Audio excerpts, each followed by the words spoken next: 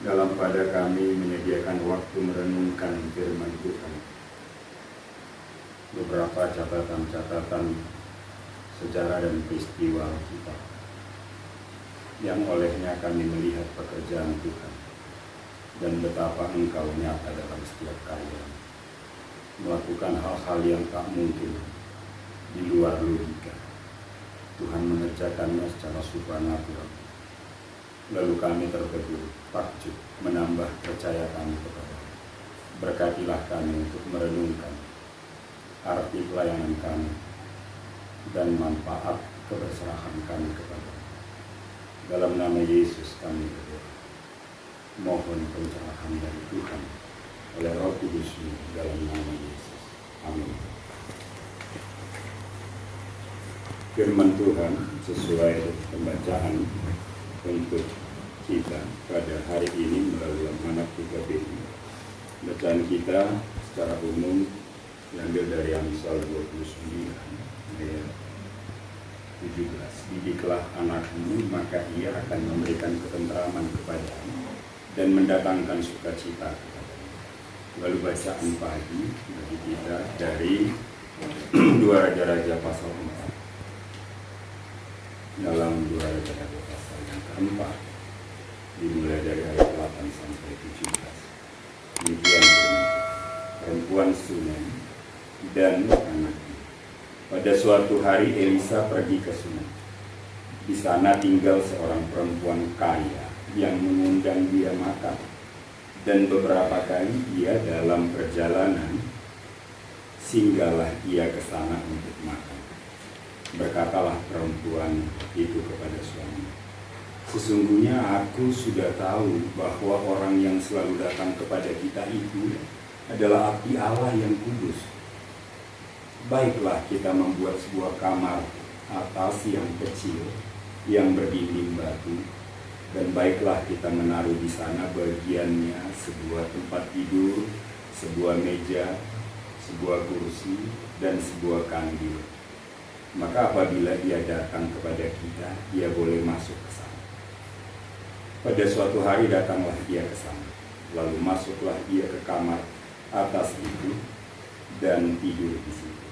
Kemudian berkatalah ia kepada Gehazi, bujangnya, panggillah perempuan Sunem itu. Lalu dipanggilnyalah perempuan itu dan dia berdiri di depan Gehazi.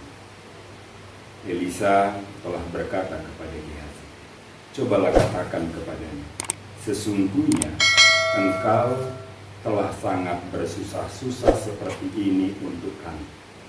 Adakah yang dapat kuperbuat bagimu? Adakah yang dapat kubicarakan tentang engkau kepada raja atau kepada tentara? Jawab perempuan itu, aku ini tinggal di tengah-tengah kaum. Kemudian berkatalah Elisa, apakah yang dapat kuperbuat baginya? Jawab Gehazi, ia tidak mempunyai anak dan suaminya sudah tua. Lalu berkatalah Elisa, panggillah dia.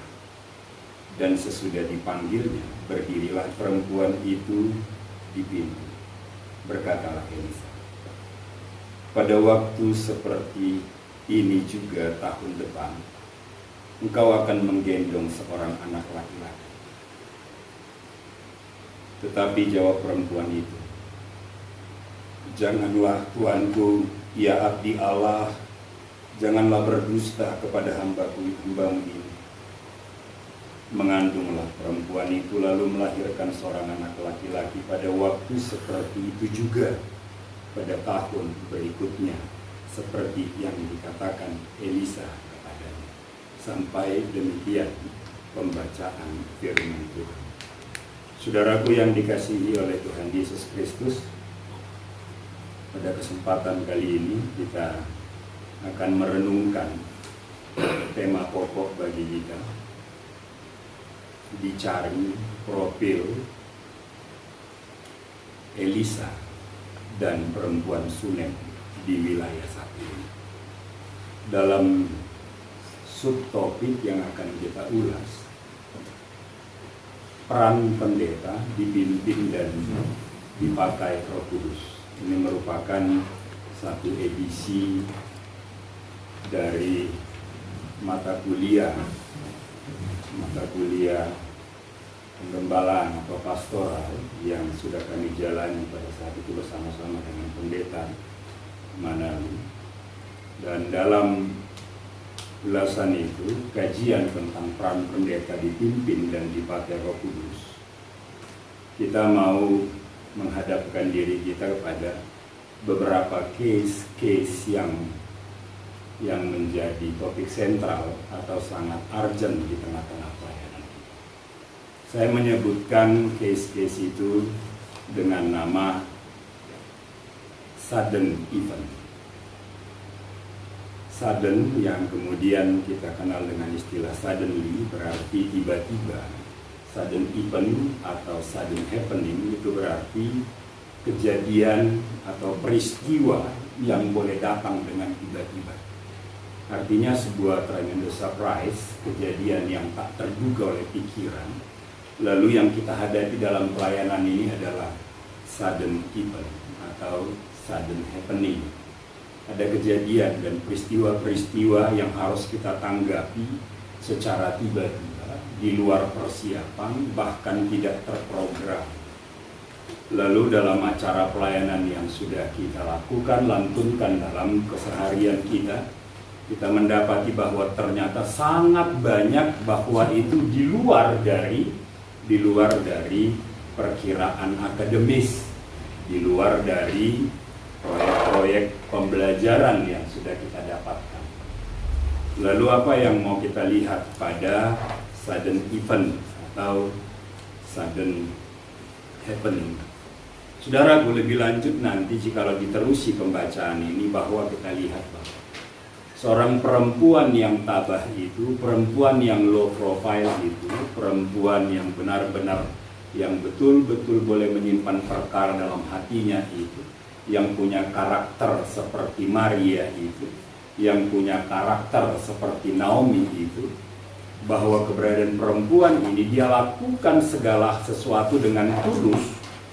Dalam ketulusannya bahkan dia tidak memikirkan keuntungan atau katakanlah manfaat apapun bagi dirinya. Yang dia tahu adalah berbuat sebanyak-banyaknya dan tanpa berharap apapun yang menyenangkan dirinya. Bagi dia, jikalau menamue atau menjamu orang lain, lalu lebih lanjut bagaimana membuat orang yang menjadi senang, itu sebabnya dengan sungguh-sungguh dia membangun ruangan di upper room, sebuah ruangan bagian atas yang sama harkatnya atau wibawanya dengan sotoh, di mana orang bisa memandang dan dengan leluasa bisa menikmati keadaan.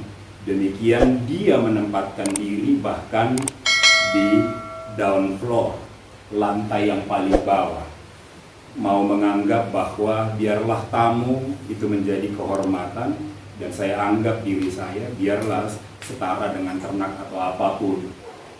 Ini yang mau dimunculkan dalam istilah low profile yang diberikan. Lalu baginya adalah hati yang selalu ingin memberkati, dicari profil yang sedemikian, bahwa para pelayan mestinya harus terus-menerus merenungkan diri untuk meningkatkan progres pelayanannya.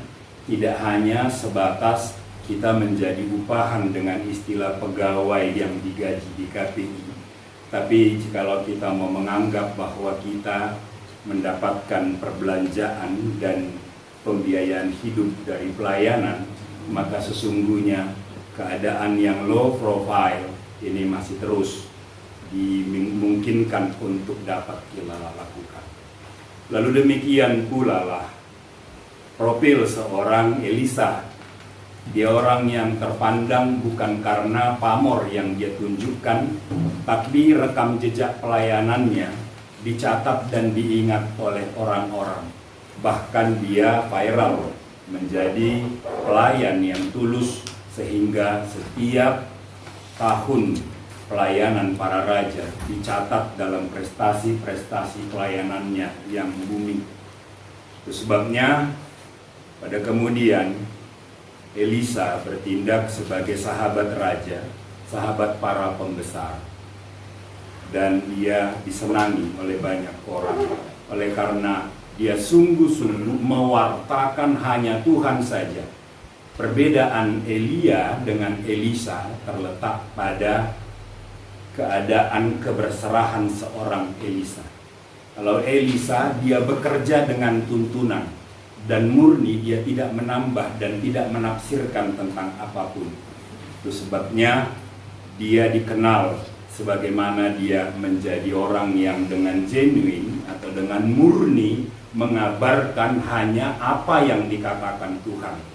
Maka sebersih-bersihnya hati yang dimilikinya adalah hati yang mau dengar-dengaran kepada Tuhan. Dicari profil pendeta, pelayan yang sedemikian di wilayah satu ini. Berkaitan dengan sudden event, peristiwa atau kejadian yang datang dengan tiba-tiba.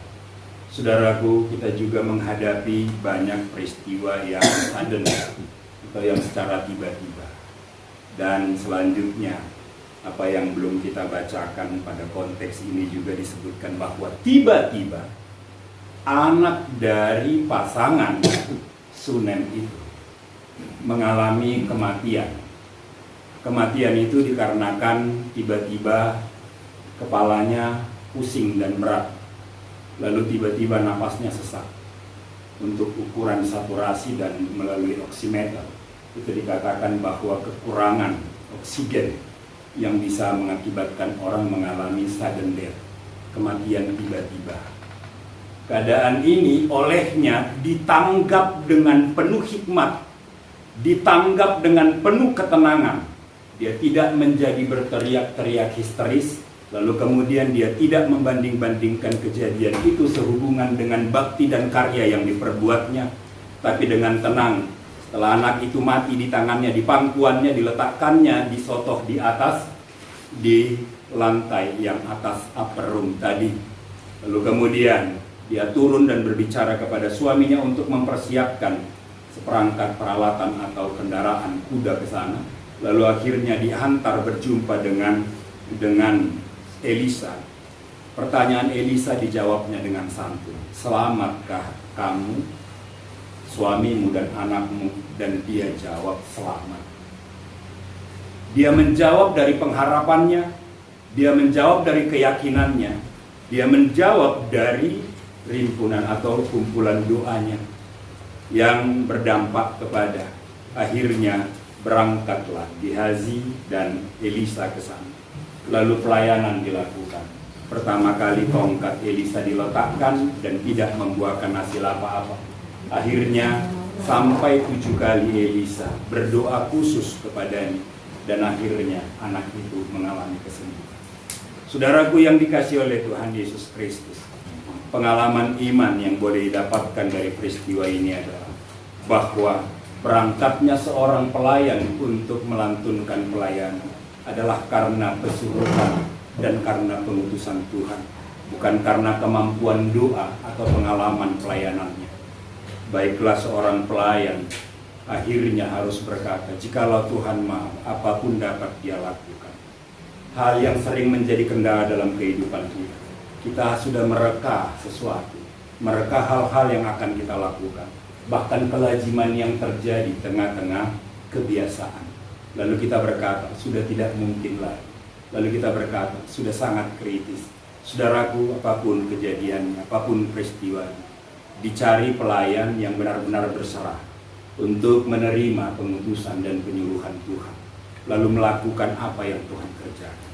Kita bukan pelayan dengan label punya karunia atau talenta yang seolah-olah itu melekat dan permanen bagi kita. Dan jangan ada orang yang mengklaim seolah-olah ada pelayan lain yang seolah-olah punya kekuatan yang ekstra dan punya kekhususan yang sedemikian. Kalaupun ada orang yang mencenderungkan dirinya, itu juga karena penyuruhan Tuhan atasnya. Akhirnya perenungan kita kembali kepada dicari profil pelayan yang mengandalkan kesungguhan seperti Elisa, dan dicari profil perempuan yang seperti perempuan Sunem. Dari sejumlah kekayaannya, bahkan dia tidak menganggap apa-apa. Selanjutnya, pada peristiwa 7 tahun masa kelaparan di Sunem, lalu akhirnya mereka harus mengungsi ke berbagai tempat. Dia dengan rela meninggalkan apa yang dia punya. Dan akhirnya rencana Tuhan selalu baik dinyatakan. Karena Alkitab memberitakan sehingga kita tahu, berkata bahwa setelah dia kembali ke Sunem, maka raja mengembalikan semua harta bendanya dikali 7 tahun. Itu artinya apa yang tak pernah kita pikirkan, tak kutahukan hari esok, tapi langkahku pasti. Kita cukup yakin, kerjakan saja.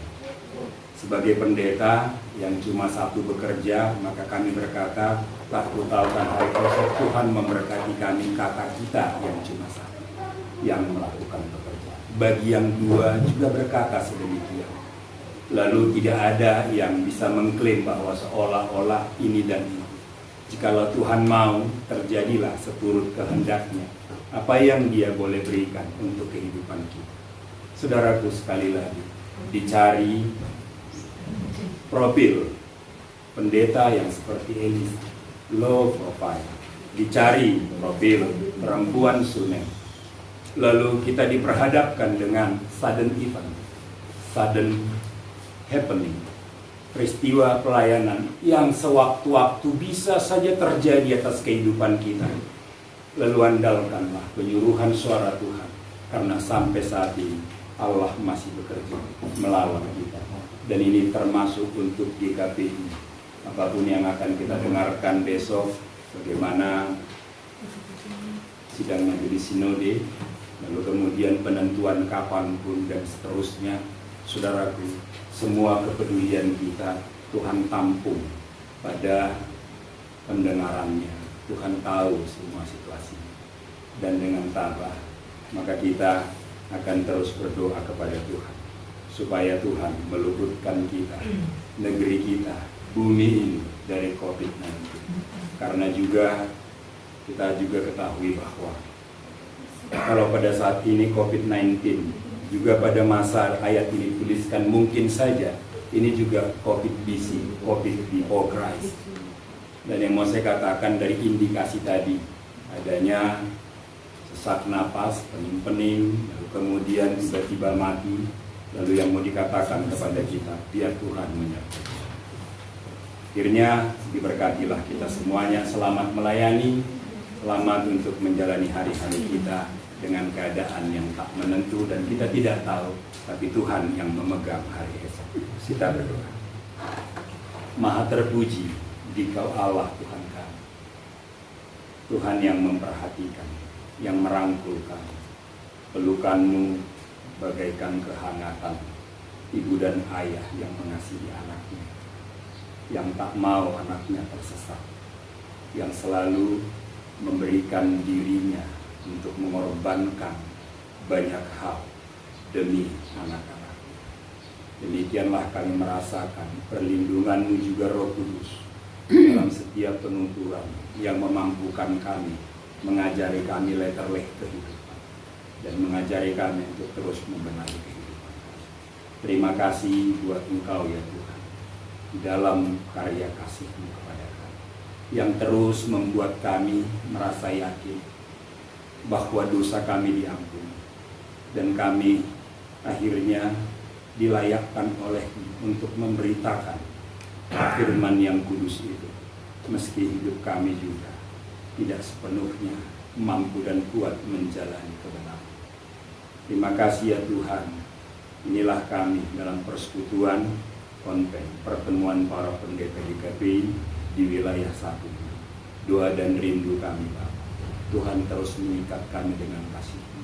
Masing-masing kami saling menopang dan kami boleh masing dikuatkan, dimampukan melayani. Dalam nama Yesus kami berdoa. Amin.